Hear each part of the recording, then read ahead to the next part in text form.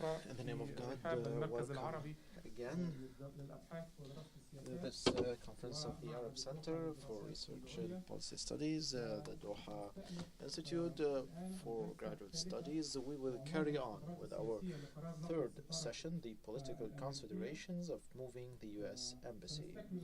We will continue and move to complete the image.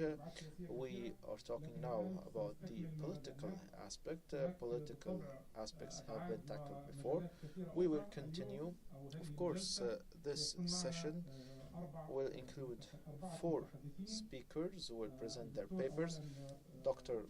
Clyde Wilcox from the University of Georgetown, and Dr. Osama Irshaid, Dr. Ibrahim Fraihat, and Dr. Adeeb Ziadeh. We will start in accordance with the agenda. We will start with Professor Wilcox, who is Professor Wilcox is a professor in the government department at Georgetown University, and he writes on a number of topics in American and comparative politics, including religion and politics, gender politics, public opinion and electoral behavior, interest groups, campaign finance, and science fiction and politics. He has authored, co-authored, edited, or co-edited more than 30 books and hundreds of journal articles and book chapters. 15 minutes for every speaker to present the paper, and then we will open the floor for discussion. Professor Wilcox, the floor is yours. Thank you. As you've heard in my introduction, I'm not an expert in the Middle East or in American foreign policy, but I am an expert in American domestic policy, particularly religion and politics, interest groups and lobbying, and money in politics. And this, of course, is a story of all 3 of those. So I doubt if I have a 15-minute presentation because the story's pretty simple, really. Donald Trump's decision to move the embassy was not at the request of the State Department or the Defense Department or the National Security Council. Tillerson did not oppose the move, but he was not pushing for the move. Normally, something this momentous would be going through the foreign policy apparatus. Instead, this was made entirely as a result of the domestic politics advisors in the Trump administration. And you would normally think that maybe this is the result of the slow and steady lobbying of AIPAC and the Christian conservatives, and certainly it's partially a result of that. But I'd like to remind you that George W. Bush was president for 8 years. He was greatly liked by the Christian right. They lobbied him 8 years straight, and he never did this. So it's a slightly more complicated story. The most important part of this story is not actually Donald Trump, but Robert Mueller, who has been dominating the headlines in America this entire year and a half. Donald Trump can't get a good headline because every week there's a new indictment. And it's a dribbling, drain on his administration, and he's desperate to get some good news. Now, he's not desperate enough to actually do much work, right? He's desperate enough that on the golf course he'll ask his aides, what could I do to get a good story? But if you think back at his first year, his only real success was a tax cut for corporations and a variety of other people, and that's not all that hard to get a tax cut through a Republican Congress. So in an entire year, he has no really good headlines, and every week or two, someone else is indicted. 2 weeks ago, we had a group of Russians. Now we have someone entering a guilty plea who's obviously turning evidence for the state. And so what this is really about is Donald Trump looking around for something that would change the subject temporarily. Now, Congress, as you probably know, passed the Jerusalem Embassy Act in 1995. This mandated that the United States would move the embassy unless the president certified every 6 months that this move would endanger national security. Now, it's worth pausing for a second and thinking how odd it is for a legislature to pass a law that they think might possibly not be in the national security interests of the country, right? And so why was this law passed while Bill Clinton was president? Republican majority in Congress, hoping to both attract contributions from conservative Jewish donors and votes from evangelical Protestants, and to put Bill Clinton on the hot seat every 6 months, certifying that he was not going to move the embassy. That worked, but then the next president is George W. Bush, and he doesn't move the embassy either, right?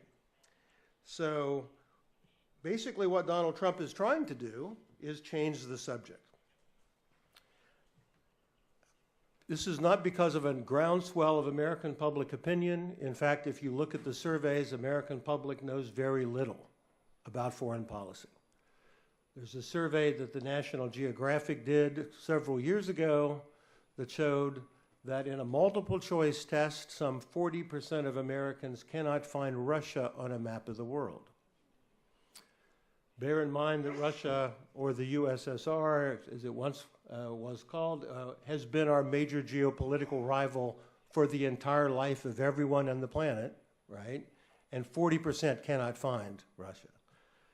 33% could not find Italy. And I ask you to pause and think how old you were when you were first told that Italy is shaped like a boot and you could find it on a map, right? So this is not a public that knows much about foreign policy, and when they hear something like we're moving the embassy to Jerusalem, it sounds like a bold foreign policy move. And Donald Trump at CPAC this week was saying previous presidents tried to do it and failed. Actually, no. Previous presidents chose not to do it out of wisdom. But this is not being pushed by American domestic opinion. It did allow Donald Trump, however, to keep an election year promise. During the election campaign, when he was running against 15 other Republicans, he needed both campaign contributions and he needed the votes of evangelical Christians. And there's one very Zionist donor in America, Sheldon Adelson, who has had his dream of moving this embassy for a very long time. Adelson has actually promised to contribute $500 million towards the move of the embassy. Probably we can't take that money if we move it, but that's how committed he is to this. And he was the very first big donor to pitch in for Donald Trump.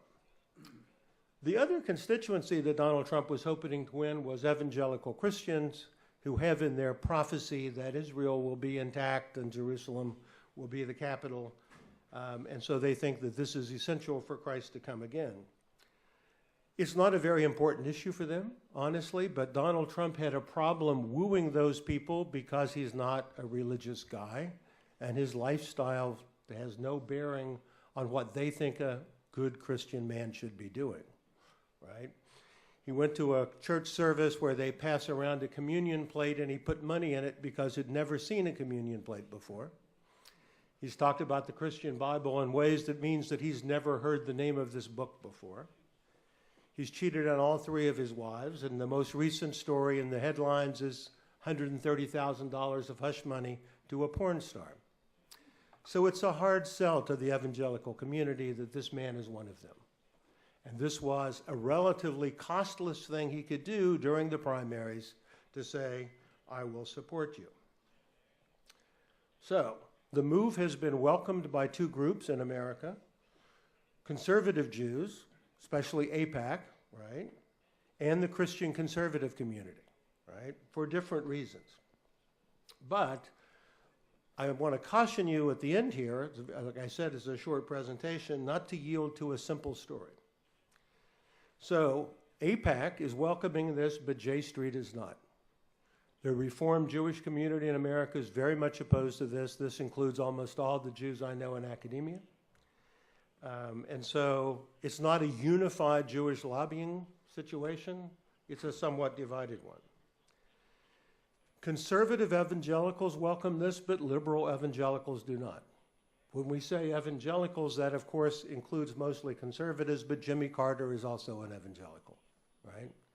Moreover, the Catholic Church has been opposed, mainline Protestants have been opposed, so this is not universally welcomed by the religious community. The final thing I'd say is that Donald Trump's constituency is a very diverse one with very different interests. And so I would invite you all to take a look at a speech made at the CPAC meeting by the National Rifle Association spokesman Wayne LaPierre 2 days ago. It's an astonishingly anti-Semitic speech. It goes on and on about the way the Jews are undermining America in a variety of ways, typically calling out the names of particular Jews rather than saying Jews. So this is a diverse constituency. Not all of them are welcoming this particular move. Donald Trump was doing it in an effort to distract attention from the investigation, which is not going to work because the investigation grinds on and is going to grind on for the next couple of years. And so in the end, it did not accomplish what he had hoped it would do. One final thing I'd say is that I don't know many people in the Trump administration because I'm on the other side of the political aisle, but I do know a couple of people in the State Department who have told me that when Donald Trump was briefed on the fallout for this in Europe and around the world, he was confused because he had never considered the issue beyond making the promise in his campaign, which fits about every other decision the man has made so far. Thank you.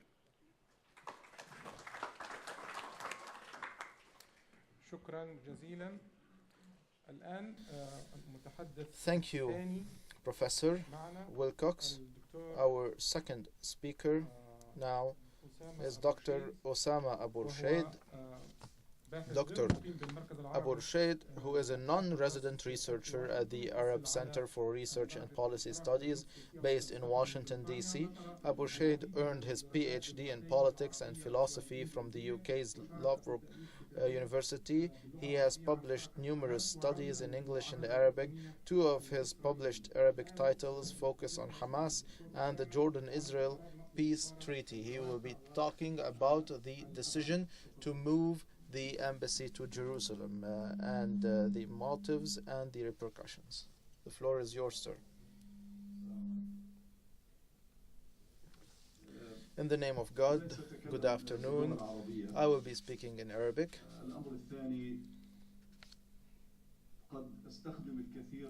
I might use or repeat some of the information that Professor Clyde Wilcox provided. However, I will disagree when it comes to some of the interpretation of the information. And the second thing is the announcement that we heard yesterday by Stephen Goldstein, who said that the State Secretary Rex Tillerson decided to move or actually approved the movement from the embassy to Jerusalem in May 14, so simultaneously with the anniversary, the 70th anniversary of the creation of Israel. So according to the plan, the consulate in Jerusalem, which is called the West Jerusalem, it will become the U.S. Embassy. And David Friedman, the U.S. ambassador, will move from Jerusalem to the consulate that will become the embassy with a small team, and the embassy in Tel Aviv will become a consulate with most of the employees staying there. And in the end of 2019, in accordance with the plan that was issued, there will be a new embassy built in Jerusalem, and this will become the permanent embassy. Just like Professor Wilcox said, according to the information published, Sheldon Adelson, and we will be mentioning again, he pledged to pay either all of the expenses of moving the embassy, maybe building the embassy, and all the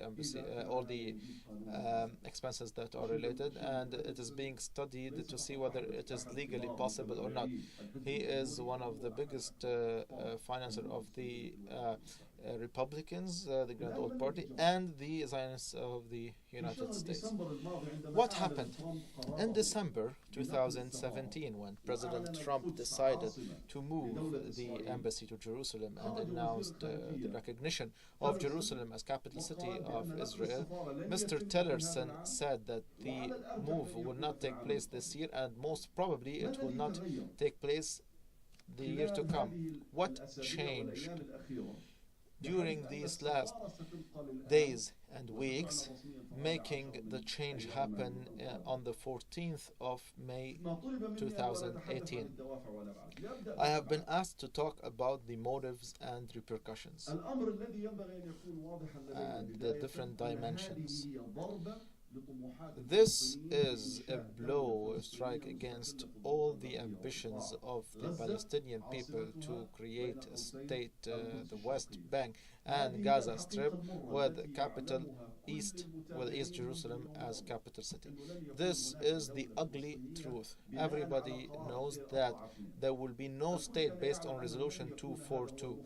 Everybody knew that that wouldn't be the ultimate solution or the ultimate settlement of the crisis. Today it is the moment of truth. Although that under George Bush we didn't negotiate when it comes to this resolution, and Clinton didn't promise us, and George W. Bush and Barack Obama, there has always been taking into account the new realities, the new status, the exchange of territories, percentages, etc. However, that was never the foundation of the negotiation, regardless of all the statements that used to take place. Today, we have a new reality, what the Trump administration is saying and doing. So in the general context, we should always remember that. So now it is the moment of reality. The illusion is no longer there. Now we know what the reality is. The U.S. Embassy is going to move to Jerusalem in a couple of months, and there is a context to that move. There has been a lot of developments in the recent weeks and months that led to this decision. Last Thursday, the U.S. representative Nikki Haley said from Chicago that the Trump administration is close to announcing the ultimate deal, and said that both parties will not necessarily be happy or will not hate it as well. And she said that it is close. And she answered a question regarding the two-state solution. It is subject to an agreement between the two parties. So the principle is not the two-state solution. The principle is an agreement between the two parties. So this is the first development. Before that, everybody knew that Mahmoud Abbas, the Palestinian president, was at the Security Council looking for international sponsorship for the negotiations. This sponsorship that we killed in Madrid conference in 1991, when we accepted the oversight of the United States and the Soviet Union that was about to collapse. And now we have the United States overseeing these negotiations. The Palestinian people are looking for a new pattern of these negotiations. Before that, Donald Trump had accused the Palestinians of asking for money without committing to anything, and he accused them of being ungrateful. And all of these things fall in the same direction. They go in the same direction, which is the deal of the century, and the ultimate deal that the U.S. representative talked about. They want to prepare the society, the community, and they are trying to see the repercussions. There will be ruling in separate areas, and there will be special arrangements for the holy sites in Jerusalem. There's no right for return, not for the 1948 or 67 refugees. A Palestinian entity in Gaza with an expansion of the airport and seaport, and also Zone A, B under the control of the authority, and C, 10% is under the control of the coming state, and the settlements are going to remain the same. This is the ultimate deal. So, why am I saying so? Trump himself said so. Trump himself, when he declared Jerusalem the capital city of Israel, said that he is removing an obstacle hampering the negotiations, because Jerusalem had always been this obstacle. So Trump said, let me do away with the issue of Jerusalem and the negotiations will go smoother. And let us talk about the motives now. What led Trump to make this decision that no other U.S. president dared to make? The foreign policy of the United States vis-à-vis Jerusalem was created since 1948. Tel Aviv was the capital city of Israel for the U.S. and the rest of the world. At least since the signature of, after the law, the act was became law in 1995 to move the embassy to Jerusalem. The Minister of Justice says that this is unconstitutional because it does not respect the checks and balances. So Clinton knew that he couldn't use his veto, right? So it became law. This law gave the possibility of waiver to the president, a waiver of 6 months, renewable 6 months, should the president decide that this protects the national interests of the United States. Clinton signed this waiver because the law had talked about moving in May 1999.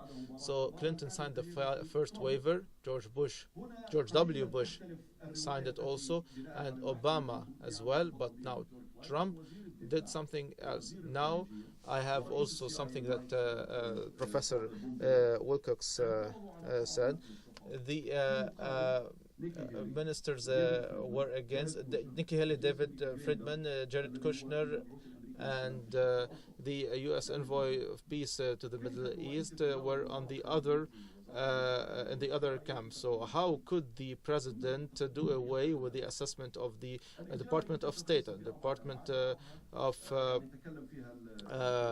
Justice, and the CIA? So Dr. Clyde touched upon this point. I will try to explain it in a different way. First of all, first explanation is personal to Mr. Trump.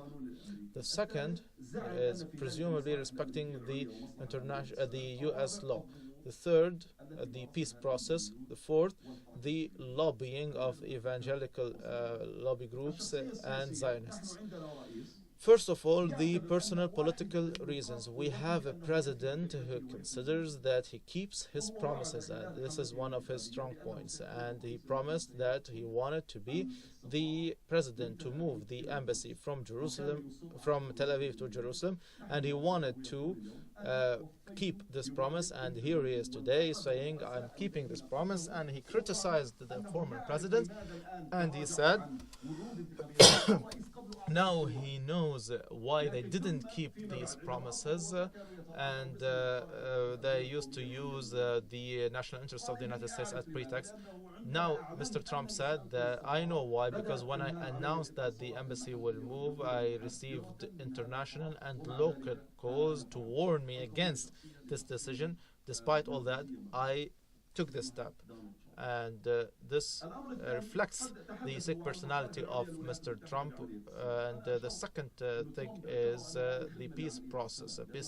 Trump said that it is to preserve the peace process. Jerusalem was an obstacle. I will remove this obstacle, and I will be able to move forward in the peace process. If I put aside the issue of Jerusalem, I don't define the borders of Jerusalem. This is subject to negotiations, to the agreement between the Israelis and the Palestinians. But of course, we know that the Israelis control these negotiations. They impose their opinion. So talking about non-definition of the borders of Jerusalem was used this way. He said that this is at the service of the peaceful solution, and this is a recognition of a historical truth that Jerusalem is the capital city of Israel historically, and this is in the best interest of the United States. Nikki Haley considered that that is a correction of a historical mistake, and Israel had always been asked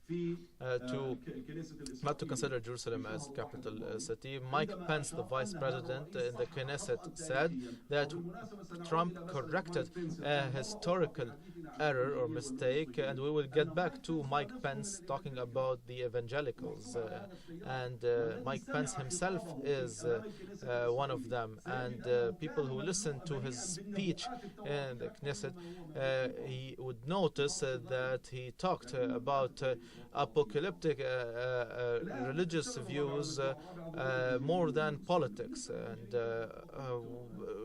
as Dr. Clyde, he mentioned the evangelical aspect.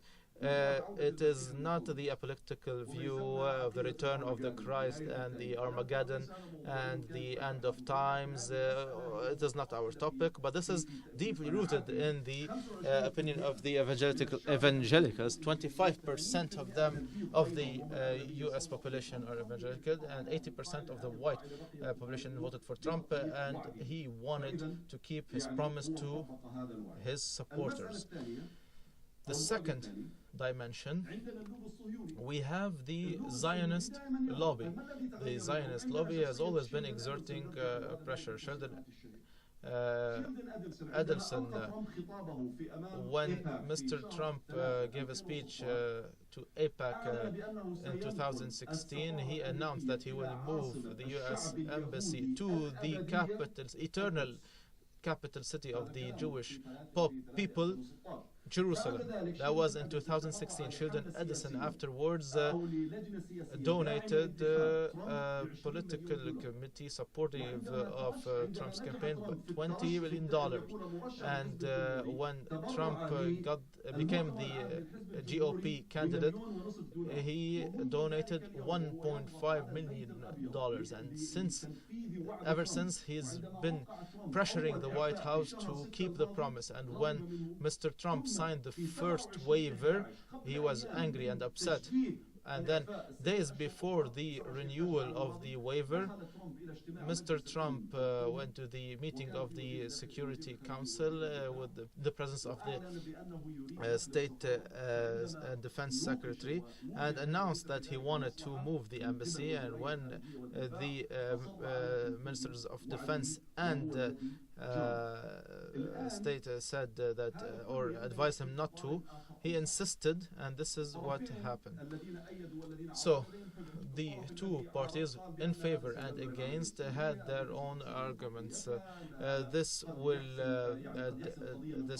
the people who were against it talked about jeopardizing the peace process. The other party said this will give us credibility with the government of Netanyahu. We would be in a better position to pressure the government of Netanyahu.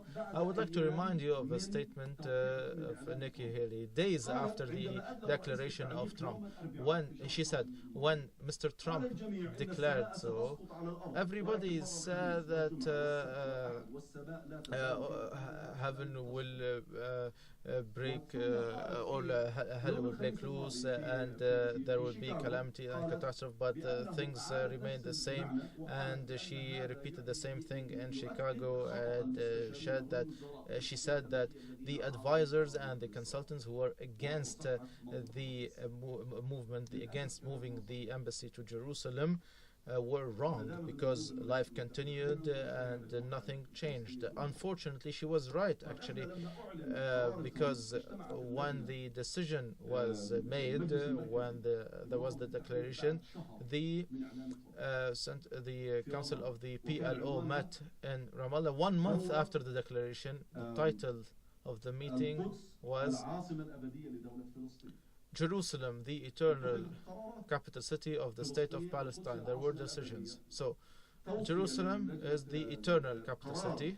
That was the first decision. And the executive committee of the PLO was tasked with stopping the security coordination with the Israelis.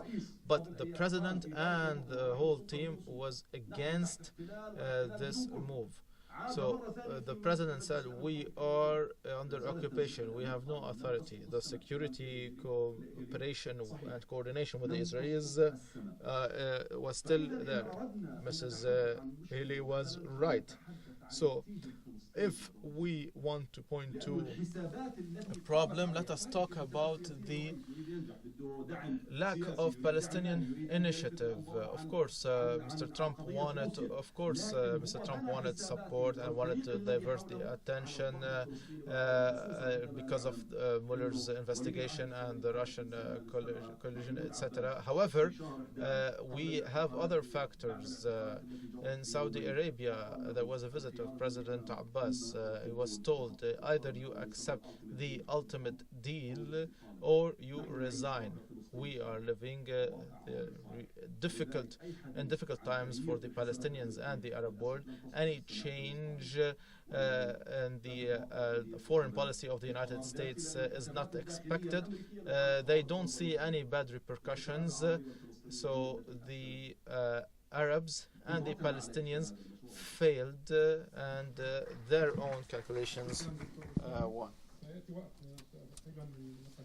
Thank you, Dr. Osama. We'll have time for more discussion. Now we have Dr. Ibrahim Freyhat, our third speaker, and he will have his say about this. He heads the Conflict Management and Humanitarian Action Master's Program at the Doha Institute for Graduate Studies. Formerly, he used to be the Deputy Director of the Brookings Center in Doha, and he got his PhD from George Mason University, and he got the Distinguished Alumni Award 2014 from his university.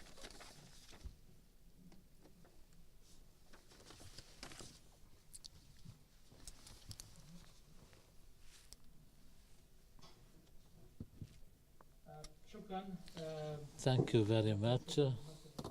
Thank you to the Arab Center for organizing this event to discuss the question of Jerusalem, and also this very valuable discussion. As I was asked to, in my presentation, to focus on a certain aspect, and that is the impact of the decision on the future of the conflict. Where do we go from here, and what kind of impact it will have on the future of the Arab-Israeli conflict?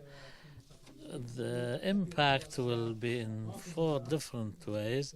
First of all, on the two parties, the Palestinians and the Israelis, and the nature of the conflict, and also from a strategic point of view, how will the strategy for the confrontation will change. So far as the parties are concerned, on the Palestinian side in particular, it has created a new dilemma, even that we have been living a charade from 1993, an illusion that there will be no one-sided unilateral steps and there will be negotiations for the final settlement. This decision has proved that this decision has provided legitimacy to all the Israeli settlement expansion that now it reached 550,000 settlers living on the West Bank, and in fact no negotiations, because we accepted this illusion, has led to us losing Jerusalem. Secondly, and this is a structural point, the impact on the Arab-Israeli conflict as a whole. As I heard a lot of people calling it, this is a new Balfour Declaration, but nobody said it's a new Camp David, because of Camp David, Egypt left the Arab-Israeli conflict. It's no longer a country confronting Israel. Now, as a result of this decision, the so-called moderate Arab states have been taken out of the equation, and this has weakened the Arab states. Despite all the criticisms and all the weaknesses and the fragility of these so-called moderate states, at least nominally and formally, when they were present within the framework of the Arab League's initiative, had an important role to play before we were all dragged into the situation we're in now. Many years ago, the president of Guatemala wanted to move the Israeli, his embassy from Tel Aviv to Jerusalem. The official Arab system showed that there will be a reaction against Guatemala, and the president of Guatemala immediately changed his position.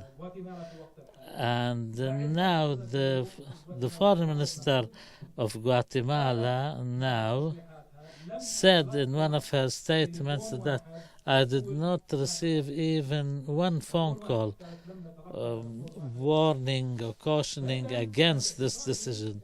So therefore, in my estimation, this is a new Camp David. The problem, this current Camp David of 2017 is much worse than what happened in 1979. At least in the previous Camp David Accords, Egypt got Taba back. Now we're not getting anything. We are losing. All of this talk about achievements and confronting Iran, etc., none of this will happen.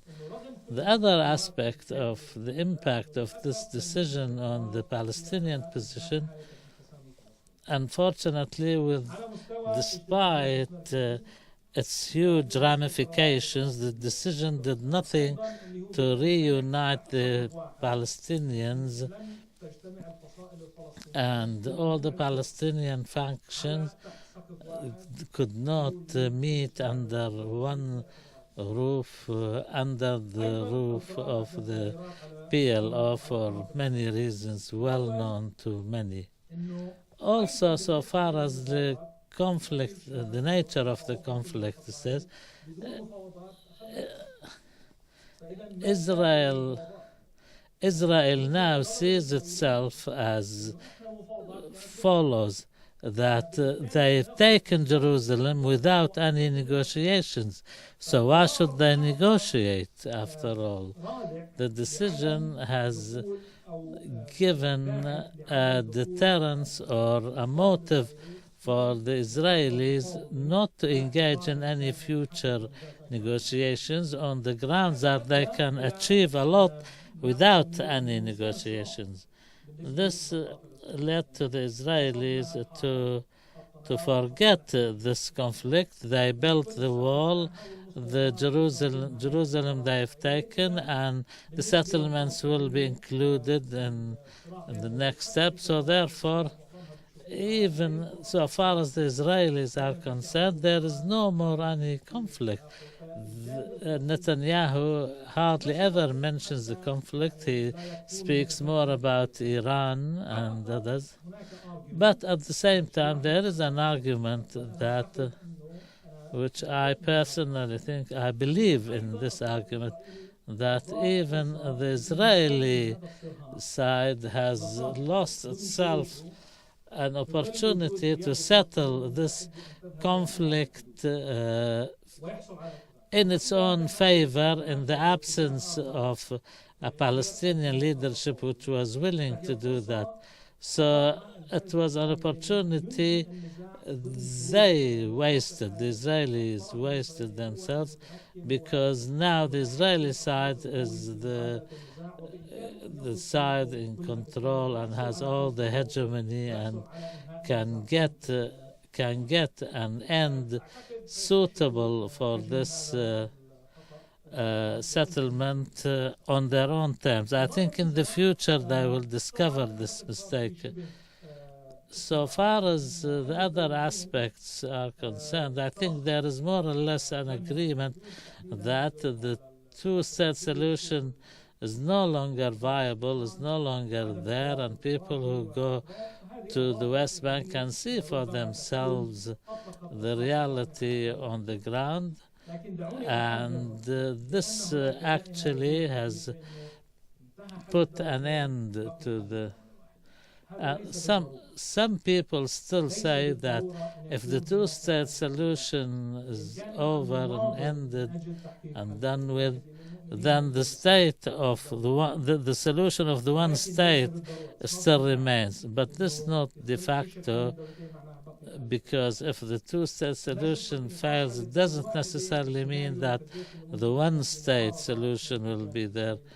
We do not want to delve deep into the details here, but unfortunately the outcome is we are going in a direction which is not towards the two-state solution or the one-state solution, not a state, not an autonomy. Maybe we will find a new political model which is unlike any other, maybe similarly to what there is in Switzerland or Belgium, but we will see the birth of a distorted creature which is born out of all normal features. Maybe they're given 750 square kilometers in Sinai and given an area here with no sovereignty, an area there with sovereignty. It will be a strange mixture of if this so-called the ultimate deal is successful, although I harbor very deep suspicions that it will ever succeed, and in view of the question of the refugees and the UNRWA and its problems and its inability to provide the services. Also the question of settlements. If they take Jerusalem, then settlements will be a side issue. This situation has also, or this decision has also impacted the nature of the conflict itself, the perpetuation of the conflict, in other words.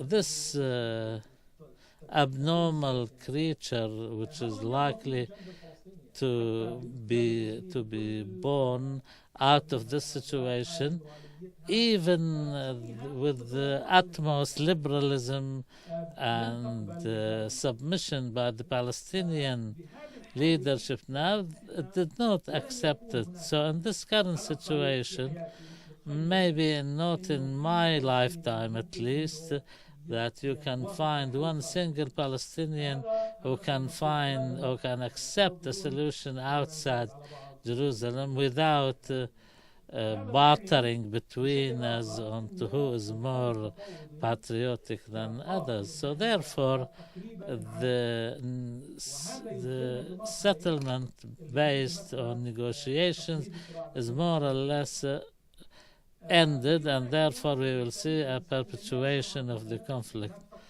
And this will not be the first conflict. There are many others. For example, the conflict between the Serbs and the Turks, and many others who have not been settled throughout history. So now we are entering into a tunnel without a light at the end of it by way of a negotiated settlement. Unfortunately, the Palestinian side is working on a strategy which is based on reviving the quartet, not under the same name. In essence, the Palestinian side is looking for a new umbrella organization whereby the United States will still be part of, and plus other 2 or 3 other parties, exactly like the quartet, but under maybe a different name. They're trying to breathe life again into the quartet. Maybe it will be made up with 5 or 6 or more parties rather than just 4. This is futile, and this will impact the nature of the conflict so far as the role of the Palestinian Authority is concerned, because this will not convince anyone, and this may allow for some sort of a popular resistance or civil disobedience or struggle or something, which will be a mixture of the role of some political parties, individuals, personalities, and civil societies, because there is this diffusion in the Palestinian leadership, in the sense that maybe a lack of centrality, there is no longer a leadership, and there are different initiatives and different ideas. I think you may have, I receive a new petition almost every day asking me to sign something. So we'll have some electronic struggle now. This will be the new form of the struggle confrontation, which will be non-central, will be diversified, and it's not necessarily a bad thing, but I'm just describing the nature of the confrontation in the aftermath of the collapse of the role of the Palestinian Authority. This leads me in the end to ask, where do we go from here so far as the strategy of this confrontation and what should be done?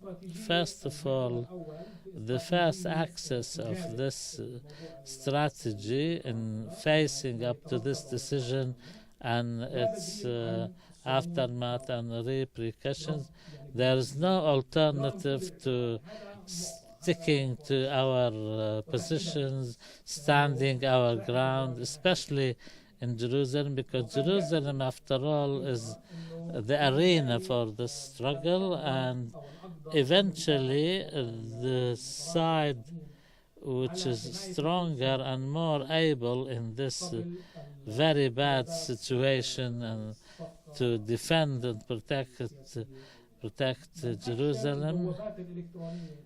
People who managed to cause the failure of the Israeli policy on electronic gate were the people of Jerusalem themselves, who live there on the ground. I'm not an advocate for disbanding the Palestinian Authority with all the complaints and everything. I'm not for that. I think, in my opinion, it should be an authority for resistance. Why should it be disbanded? And despite the lack of centrality of the resistance movement now in its all forms and manifestations, we must not forget other examples like Nelson Mandela, the role of the leadership or the symbols. Of course, we do not have Nelson Mandela, but once again, I'm not for the dismantlement of the PA. Maybe they should follow a different course of action, and I agree with Dr. Al-Qasim that these kind of gimmicks and tricks they pull every now and then are absolutely unnecessary. There are steps which can be taken according to international law, but what they can do, they can stop security cooperation, they can cancel the Paris Economic Protocol, they can ask for civil disobedience, and also just refusing to give in into the demands of the other side is a form of resistance after all. I'll conclude by saying that we need to activate an important issue, and that is the elite struggle. There is some sort of a limited of this form of struggle now.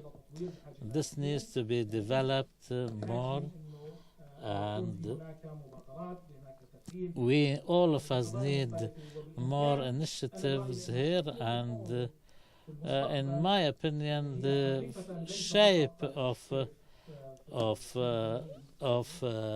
resistance, it will not be another Schreif castle. It will be maybe in the form of an article from a Palestinian in Oxford to a colleague in Harvard or something.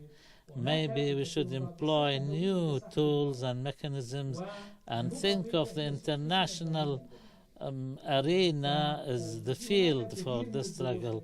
South Africa was settled at the international level. The Palestinian students, Palestinian elites in world universities, they should be more involved, not only universities, but international organizations too, and we can continue this form of struggle. And thank you very much for your kind attention. Thank you, Dr. Ibrahim, for your intervention. Dr. Adeeb Ziadeh is going to give his intervention now. And Dr. Adeeb is a visiting assistant professor at the International Relations Department of the Ahmed bin Mohammed Military College in Qatar and lecturer at the Department of International Affairs at Qatar University. Ziadeh was named Associate Fellow of the Higher Education Academy in the UK. He received his doctorate degree from the University of Exeter, also in the UK, in the field of European foreign policy in the Middle East. He published the book on the relationship with Hamas. The floor is yours, Mr. Ziadeh.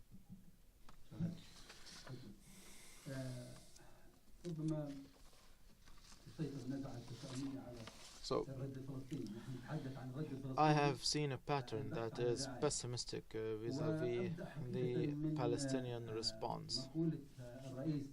I will start with what President Abbas said at the Security Council recently, talking about what happened and the ambitions of the Palestinians. President Abbas said, and it wasn't the first time, that we have become an authority without authority and an occupation with no cost, and he added that we are working for the occupation. He said it. Yes, he said it. We work for the occupation, or we are. And it was followed by Dr. Saib or Wilcox's statement, and he talked even more candidly, and he said very clearly, and don't want to upset the president, but he said that the true president of the Palestinian people is the defense minister Lieberman, the Israeli defense minister, and the real president is Mordechai. And Mahmoud Abbas cannot move from one point to another in the occupied territory without the acceptance and the permit from Lieberman.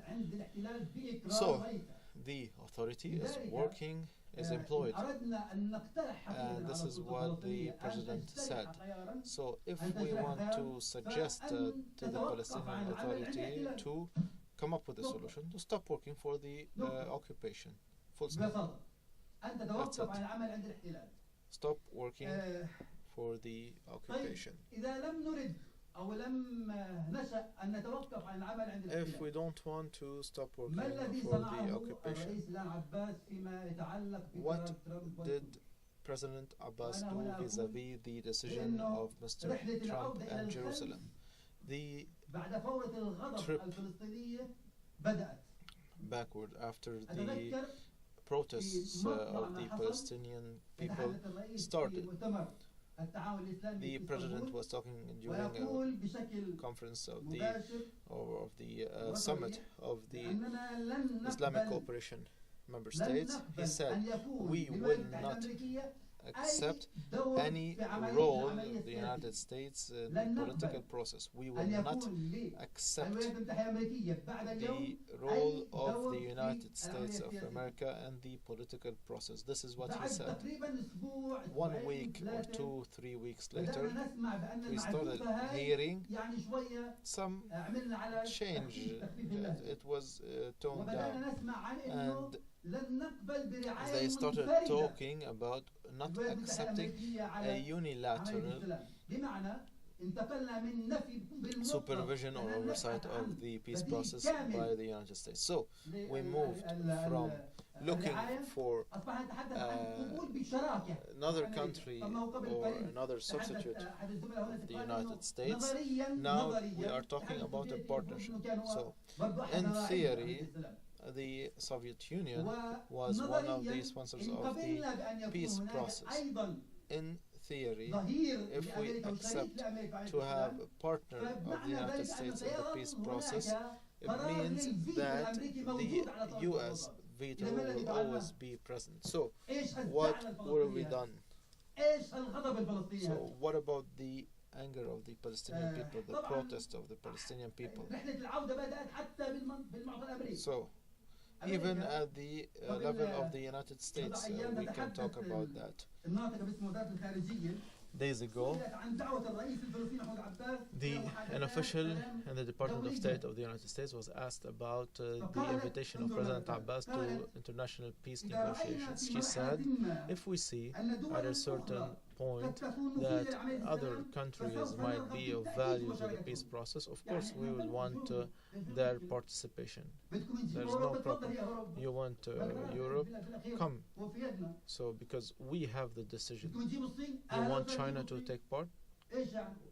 China is more than welcome, because we decide.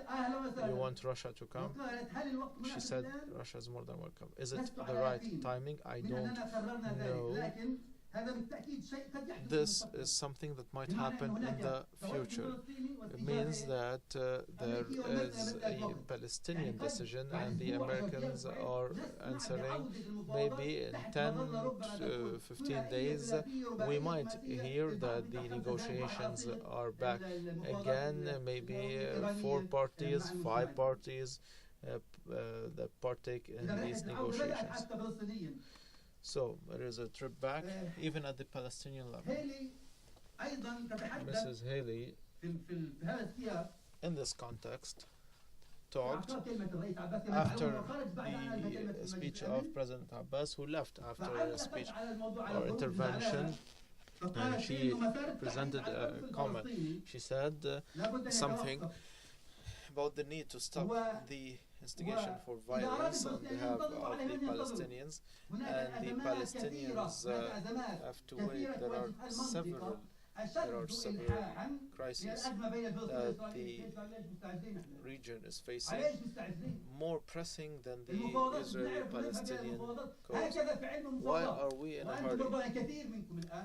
Maybe many of you specialize in politics and you discuss politics. So this is the basics of negotiations. If there is no moment of pain that would make the other party to join you at the table of negotiation, they will not come to negotiate. There needs to be an impasse or a problem that is painful that would lead two parties to agree. So the question is, what could drive Israel to come to a table of negotiation? What would drive the Israel to come and offer concessions? We all work for the occupation. We say that there's a central council, PLO, since 3 years they've been talking about stopping the security coordination. Where did we get? And recently, and very unfortunately, when the central council wanted to decide, some decisions were mentioned right away, and when they talked about the security coordination and stopping the relations, so he started talking about referring the topic to the executive committee, and the executive committee referred it to the government and to the another committee, and so on and so forth. And since Trump's declaration, we hear about nothing. Where are the decisions of the Palestinians? Why would Israel come and join the parties on the table of negotiation? Lieberman is praising the coordination on the ground between the Palestinian Authority and the Israelis. Why would they come to negotiate? Why would the colonial force, supported by colonial forces and states, to come and join the negotiations? So this state and the supporters of this state, the colonial forces, need to understand that there is a cost for silence and for encouraging this party. This party will not come to the table of negotiation. The Palestinians are counting on the European Union. They are seeking the sponsorship from the EU, China, Russia, and the entire world. They are running towards different parties in the international community to intervene because they are facing a problem. The United States is no longer a valid grantor of peace. We needed 25 years to be convinced that the United States is biased. So to start with, when we accepted the US bias and the biased mediator that is the US, we knew beforehand that the mediator is biased towards Israel. And of course, this is also the basics of negotiation. Sometimes accepting a biased is better than the neutral. They counted on the fact that this biased party might exert pressure on its partner. They need power and they need credibility. So at the beginning they said, we don't need the credibility. At least they can exert some sort of influence over Israel. 25 years later, we got convinced, that the United States is not neutral, and is biased, as if it's brand new information. So the European Union's position vis-à-vis the issue of Jerusalem and its responses, I specialize in the EU Middle East affairs. For the first time, actually, the EU used a higher tone or stricter tone to the United States regarding this decision. This was a blow not only to the Palestinians but also to Europe, because Europe is financing the occupation in Palestine. So the Europeans are partners. They said, tell us beforehand, just tell us, let us know beforehand that you are going to recognize Israel as the capital state, or sorry, Jerusalem as the capital state of Israel. The EU was upset, and this is why the tone of the statement, of course, it wasn't condemning, but they expressed their serious concern. Their serious concern vis-à-vis the peace process, and they considered it could be a threat to the peace process. Then when Abu Mazen, President Abbas, visited the EU states and asked them to intervene, what was the response that he got? He was told, we will open diplomatic dialogue with Russia.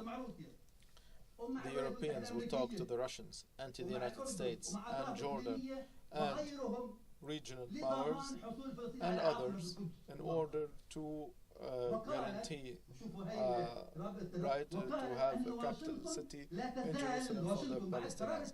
And they said Washington is still key peace-making party. This is the EU.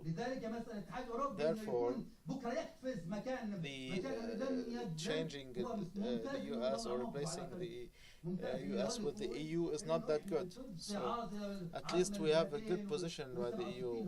They're talking about the two-state solution, and Jerusalem is the capital city of the two parties, and the 1967 resolution. We don't want them to go inside with the Americans. Europe knows that the instability here does not result in refugees going to the US, but to Europe. So destabilizing the region here influences the stability of Europe. So they know that they need to find a clear and logical solution to Jerusalem. They know that more than America. The United States, just like I explained, has different calculations. However, Europe knows that stability here means stability there, and instability here means instability there. I still have 3 minutes? Okay, excellent. So, I don't expect Europe to replace the United States. Europe is highlighting the key role of the United States, and Arab leaders and kings, they are telling the Palestinian people, despite everything that happened, the United States is essential. There is no solution without the Americans. Just like one of them said, 99% of the papers are in the hands of the United States. And I say personally that 100% of the solution is in the hands of the Palestinians. The Palestinians can control the solution. Not the Israelis, not the Americans, not the Arabs. I am not afraid of the ultimate deal. The ultimate deal will result in opening an embassy in Saudi Arabia and in the Emirates. However, I know what the position of the people is, and we know what the result will be when the people become against their leaders. We have an example in Egypt, we have an example in Jordan. The peace was not a peace with the people at all. So it was between the two states, so the result would be an embassy here and an embassy there, as long as the Palestinians remain strong in their position. I am not afraid that this ultimate deal will put an end to the Palestinian cause. The Palestinian cause will not come to an end ever, unless they put an end to all of the Palestinians, and this will not happen. So instead of going, I suggest to the Palestinian Authority, instead of going and seeking countries to sponsor the deal or the negotiation. So there's turning points when you are in a negotiations, and when you see that there are obstacles and you are losing more than you are winning, this should be a turning point for you. You should change your direction. We don't see no U-turns, we see nothing. 25 years it took us to know that the Americans are biased. Maybe we should wait another 25 years before changing our position, because this is our only option. So we need to strengthen our position as Palestinians. You should talk to the people in Gaza. The Security Council address by the Palestinian president did not tackle the issue of the embargo on Gaza.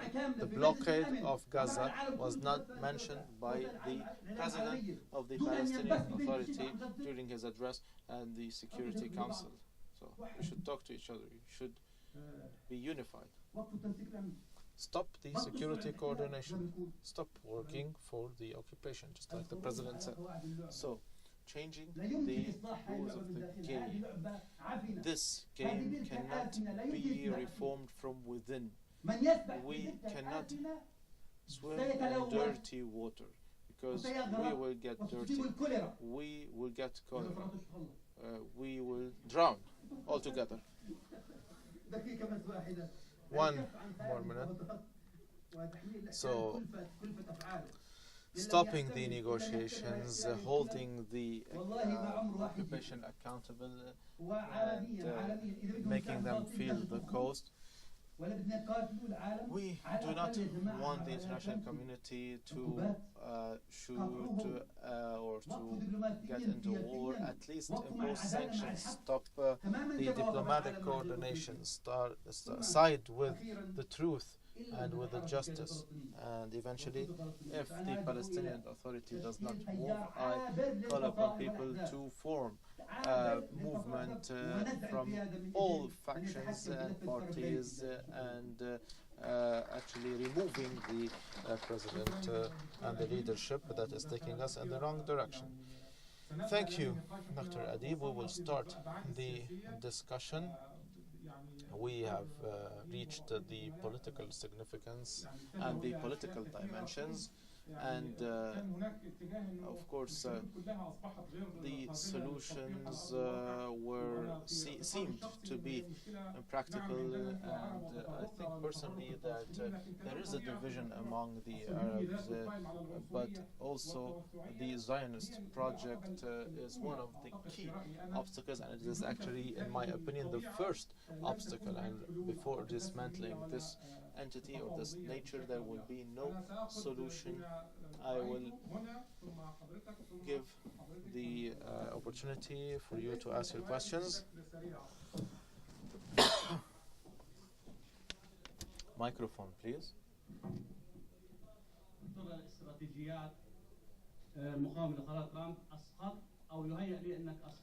So I couldn't hear the first part of the question, but so you have 8 million Palestinians abroad, diaspora. Now their role is to play the role in the international community. In the Arab world, there was a loss.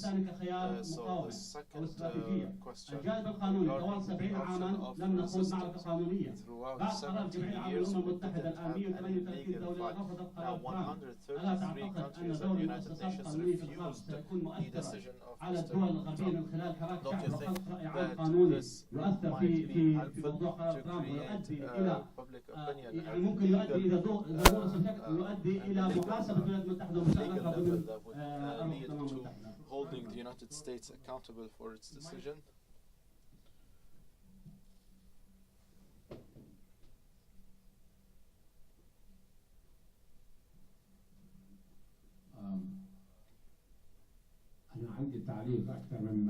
Actually, it's a comment more than a question regarding what Dr. Ibrahim said. Dr. Ibrahim said that he doesn't think it is good to find a solution to the dissolution of the Palestinian Authority. You are laughing, Dr. Ibrahim. Dr. Ibrahim, of course you know, you are well aware that there are 8 agreements forming the Oslo Agreement, and not in any of these agreements, not a single right of the Palestinian people was mentioned at the occupied territories. None of these agreements talked about the right of liberation, independence, the Geneva Agreement, human rights. Nothing was mentioned. The 8 agreements can be summarized in 1-2 lines. Although the agreements are 400 pages, and I have read most of it and analyzed most of it, I can summarize them all in 1 or 2 sentences. The Palestinian Revolution and the PLO need to protect the security of Israel. Full stop. So the Palestinian Revolution became protector of the occupation. Sa'ib wa Rayqat Mahmoud Abbas talked about authority with no real authority, and Mahmoud Abbas cannot get to his office without the permit from the Israeli officer. When did they discover this? This has been going since September 1993. If they just discovered it, it means that this is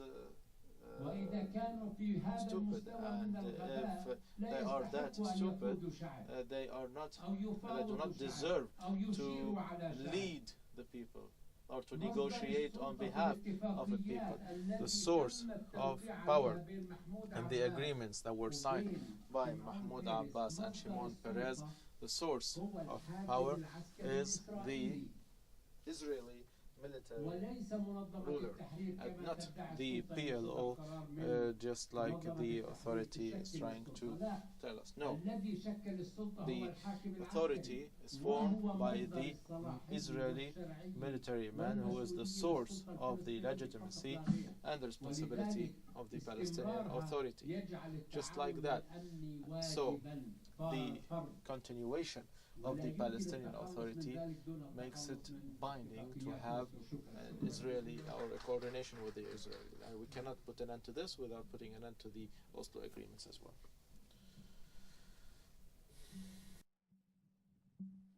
I know we are very short on time, but please bear with me because I come from very far away, from a very tiny country called Uruguay, best known for its football players like Suarez, Forlan, and I'm just here for a couple of days.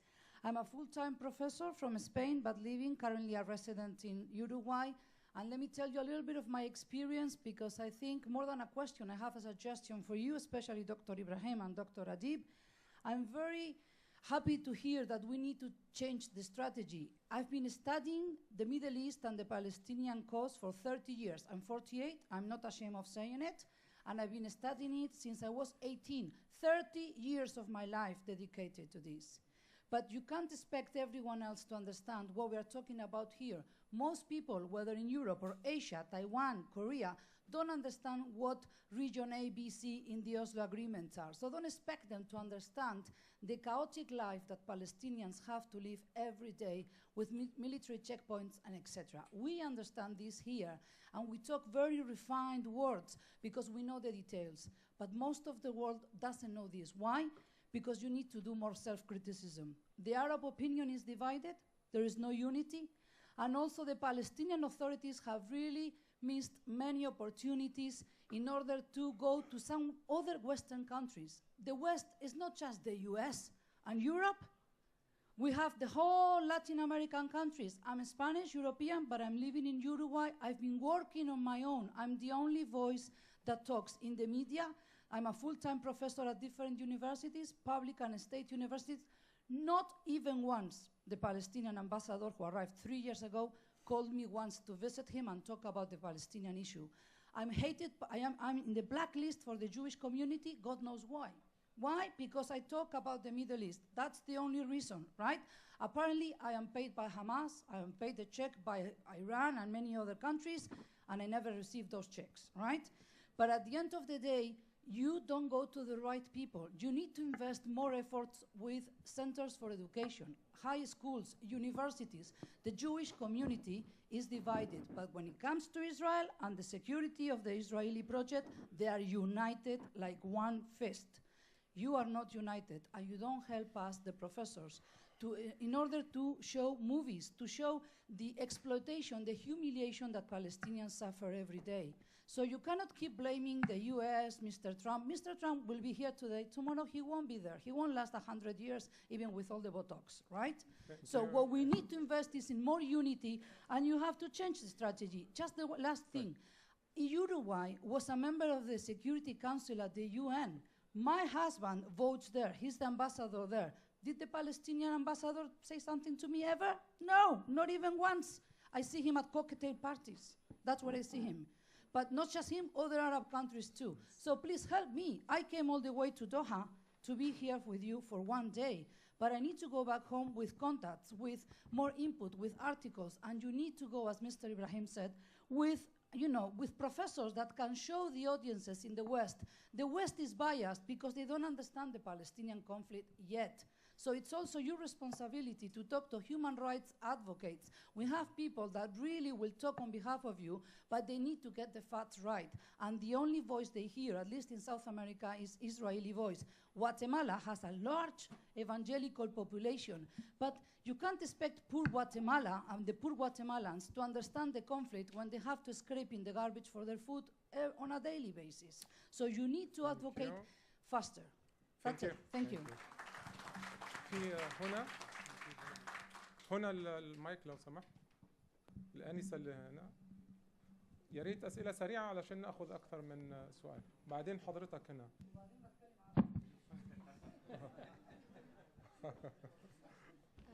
أفرح بالحاجة دي student at the Doha Institute Economic Development. Currently in Tunisia, there is a national debate about the criminalization of relationship with Israel. It was introduced in the national parliament by the Communist Party in Tunisia, and I have been watching the deliberation and the opinion of the people in the parliament and the opinion of the people in Tunisia is very divided and not as united as you said it was. For example, people are saying that if Palestinians themselves are maintaining relationship with Israel, considering their economic and social benefit out of their relationship with Israel and its allies, why should Tunisians bear the economic cost and the other repercussions of severing the ties with the with Israel and its allies. So my question is, based on what can you blame Arab countries for their positions in the relationship with Israel? Thank you. Awatif Saad.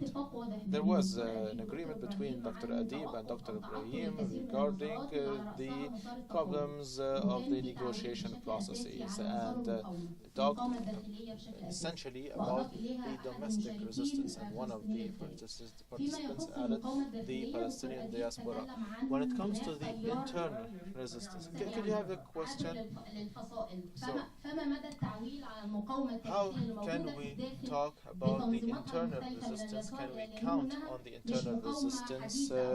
Because this is resistance that is deeply rooted. So counting on this resistance in the current situation, how would it be influenced? Two more questions, please. طيب مداخلة سريعة بس ملاحظة للدكتور إبراهيم على موضوع إنه إحنا أو أنا مش محل السلطة ولا أنا محل السلطة. أساس الموضوع حل السلطة هو بدعة اخترعت السلطة. Actually, disseminating the authority is actually an idea that was created by the authority in order to protect itself. We should be with the leadership. The leadership failed in this process, so we shouldn't say that we want to replace the people and not the Palestinian leadership. أنا بس عندي تعليق ما عندي سؤال اللي هو إنه أنا الجيل الرابع بعد I'm the fourth generation إنه ما بينفع نحل after the الدولتين Nakba, لأنه إحنا and لازم the ما نتخلى عن two-state أي شبر من solution فلسطين is لأنه not فلسطين good كلها enough for us. All of Palestine is ours. يعني Not كلام with the الدكاترة two-state solution. الفلسطينيين كانوا The تحت وهم professors talked about the illusion of negotiations on the basis of two states as if it was something positive. We shouldn't do away with any part of Palestine, all of our territory. We need it back. 2 minutes in order to answer, please.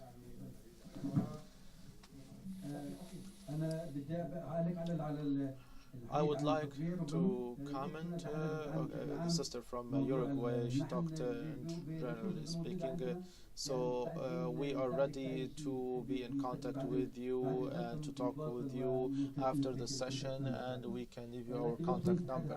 And regarding the question in Tunisia, actually there is a debate between the Tunisian parties, but it is related and very specific to a very specific point. Is it a text in the parliament or not?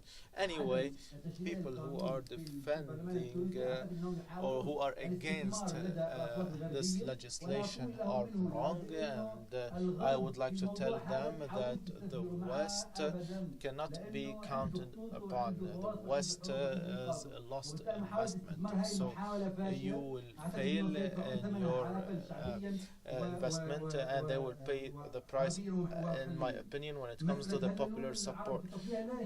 Regarding blaming the Arab for the normalization of the relations with Israel, the people of the Arab world are against normalizing the relation with Israel. You only see a minority in the Arab world that is in favor of normalizing the relationship, and we know who they are. So it is like a black dot on a white dress. When it comes to the Arab people, it is like a white dress with black dots here and there that are with or in favor of the normalization of the relations with Israel. When it comes to a movement that is from different parties, it is necessary, particularly from Fatah, because Fatah is not only President Abbas, Abu Mazen, it is deeply rooted. They have a lot of youth members, young members. They have great ideas, and they can change the coordination with the occupation now in the Palestinian occupied territory is huge, and some people cannot envision no coordination with the Israelis. Thank you. I am happy to have triggered this debate, especially regarding the dismantling of the Palestinian Authority. I do not think that we disagree. I don't want the Palestinian Authority to be dismantled. I want to transform it into resistance. This means transforming at the level of the leadership, and Dr. Anis, we agree, and it is solved directly when the agreements that were mentioned are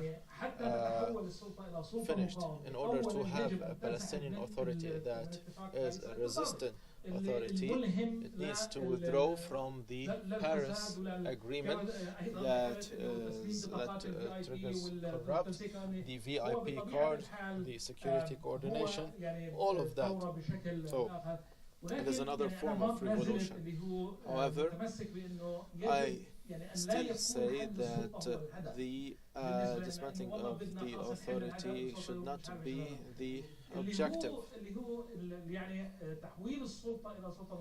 So transforming the authority into resistance is important, and having new standards is important according to new principles other than the Oslo principle, and this answers the role of the question regarding the role of the diaspora and a party that is actually beyond borders and beyond a party or formed by different parties. Unfortunately, so I talked about the need to the elite to resist. It is not a failure at the level of the Palestinian Authority only, it is a failure inside and abroad. So we need to see change at the level of the elite, and I have talked about decentralizing the resistance in the period to come. So it means that using the communities abroad, we had a conference in Istanbul, and we know what happened there. It is a step in the right direction. Of course, we can build on this step.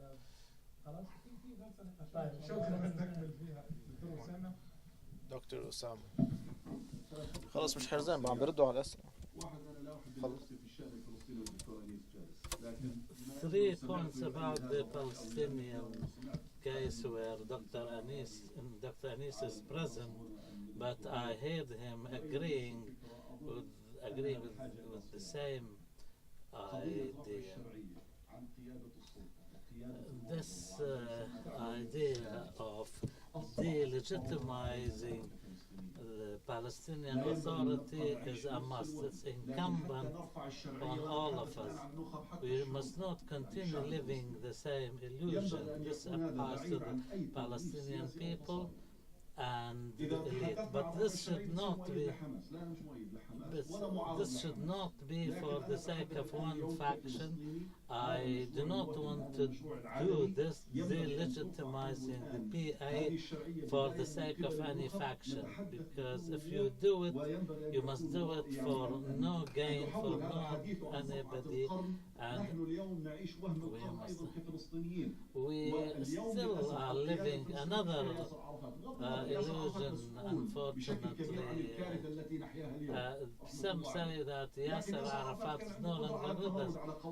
Yasser Arafat is largely responsible for the situation we're in, but nonetheless, he had the ability to go against the grain of things sometimes.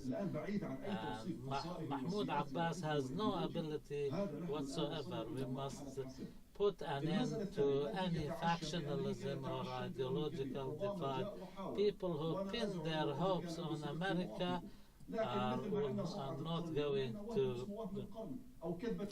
similarly to the deal, the ultimate deal, we have the ultimate slap by Trump and the ultimate